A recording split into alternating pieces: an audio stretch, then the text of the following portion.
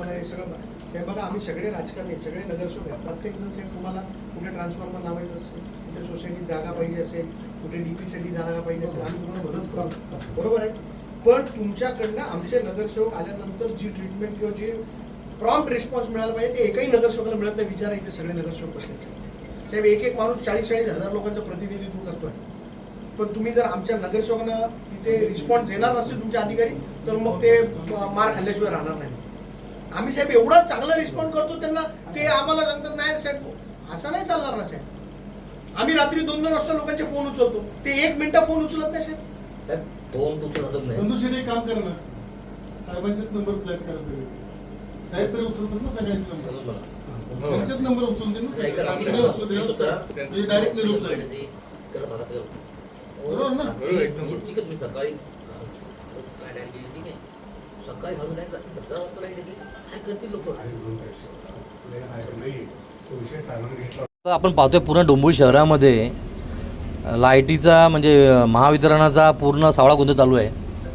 वारंवार त्यांना आम्ही फोन करून सांगतोय तरी ऐकत नव्हते. आहो साहेब होणार, सगळं होणार सांगत होते.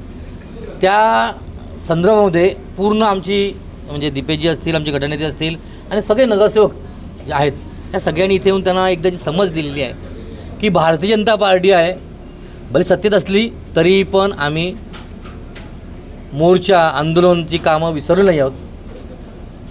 आम्ही आता सत्तेत आलो आहोत, पण आम्हाला जनतेसाठी आम्हाला जर मोर्चा काढावा लागला, आम्हाला आंदोलन करावं लागलं तर आम्ही 100% करणार. आणि भारतीय जनता पार्टीचं आंदोलन हे काही सोपं नसणार, चांगल्या प्रकारात असेल अशी त्यांना प्रेमाने आम्ही समज दिलेली आहे. आणि आमचा विश्वास आहे की ते लोक आमचं एवढ्या समजेवर समजून जातील आणि पुढील सर्व लाईटचं म्हणजे जे महावितरणाचं काम सुरळीत होईल. एवढी गरमी वाढली आहे आणि त्यातमध्ये लाईट नसल्यावरती काय हाल होतात ना, हे इथल्या जनतेला माहिती आहेत. आणि भारतीय जनता पार्टी म्हणून काम करताना आम्ही 80% समाजकारण आणि 20% राजकारण करतो. पण सत्ता असली तरी आम्ही स्वतःहून तिथे येऊन ते त्यांच्यासाठी ते पूर्ण होणार नाही, हे पुढे लाईट जाण्यासाठी प्रयत्न करतो. आज आमचे जिल्हाध्यक्ष नंदूजी परब यांच्या नेतृत्वात व शशिकांत कांबळेजी त्याचबरोबर आमचे सर्व नगरसेवक हे सर्व आज MSEBच्या अधिकाऱ्यांना निवेदन देण्यासाठी आम्ही इथे आलो होतो.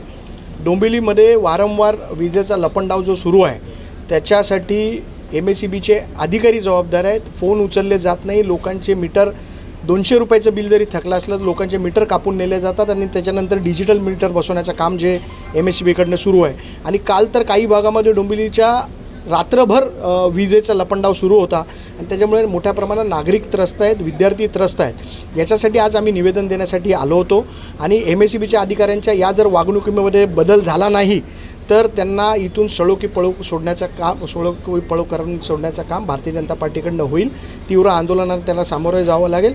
वेळ आले तर MSEBच्या अधिकाऱ्यांच्या तोंडाला काळं फासण्याचं काम देखील आम्ही करू. आपण सांगितलं की मेन फील्डवरचे जे खालचे जे अधिकारी आहेत ते काम करत नाही, त्यांचा जो विरंगुळा आहे किंवा ज्या पद्धतीने ते काम करतात ही सिस्टम कशी सुधारवणार? नाही साहेब, ही सिस्टम अतिशय भ्रष्ट झालेली सिस्टम आहे. यांना सुधारवण्याचं काम भारतीय जनता पार्टी करेल.